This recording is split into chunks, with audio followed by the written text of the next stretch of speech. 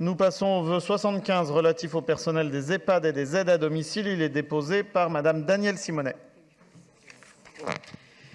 Oui, nous savons à quel point la situation a été extrêmement difficile pendant le premier confinement et à quel point ça continue toujours de manière difficile sous d'autres formes dans les EHPAD, mais y compris au niveau des personnes en situation de perte d'autonomie qui bénéficient de soutien d'aide à domicile.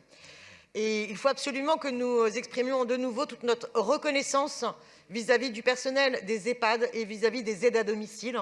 Ces personnes qui sont bien souvent en première ligne et tellement souvent déconsidérées.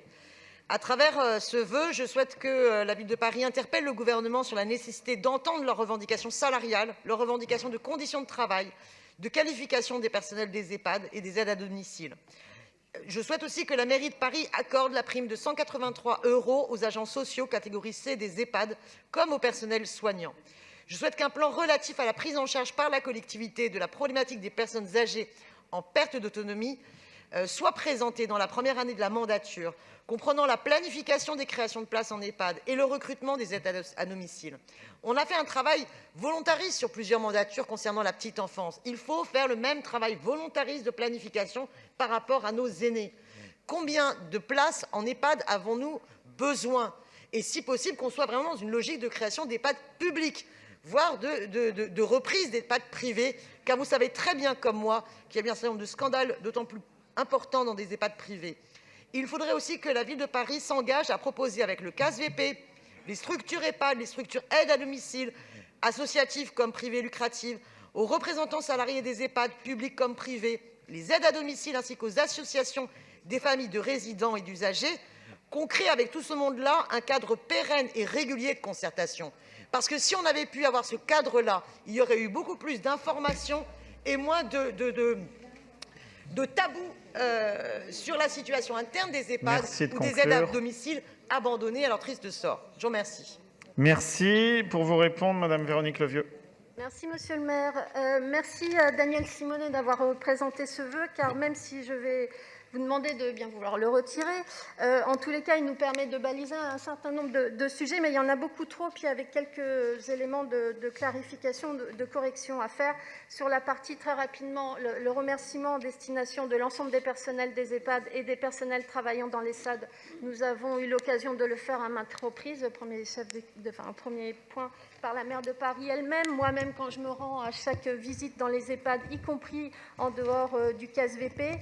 Et concernant la reconnaissance des SAD, et vous y avez participé, je pense, nous avons eu l'occasion ici même de voter en 2 temps au Conseil de Paris une prime, avant même que l'État ne confirme ou ne dise qu'il participera éventuellement à son financement. Donc voilà, la reconnaissance à ce niveau-là a été faite. Vous évoquez un certain nombre de primes. Alors sachez que pour la prime grand âge, elle est d'un montant de 118 € brut et le 183 € font référence à l'augmentation revalorisation indiciaire. Mais tout ça pour souligner qu'il y a tout un assemblage d'annonces et qui souvent peinent à avoir des débouchés concrets concernant la revalorisation indiciaire. Nous sommes toujours en attente d'un décret d'application pour la fonction publique territoriale afin que cela puisse bénéficier à nos agents. C'est la raison pour laquelle, d'ailleurs, je vais m'adresser à Brigitte Bourguignon rapidement pour lui demander, d'ailleurs c'est quasiment signé, à ce qu'on ait ce décret important sans quoi nous ne pourrions pas le mettre en œuvre au profit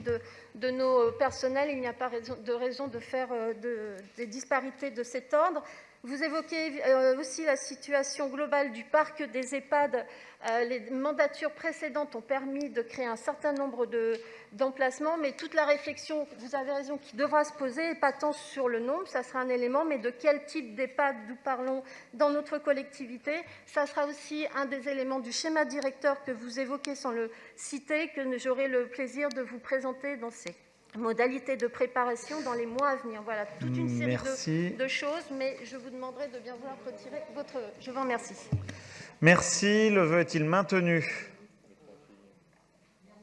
Bien sûr, il est maintenu. Merci. Il y a une explication de vote pour le groupe Changer Paris de Madame Marie-Claire Carrère-Gé.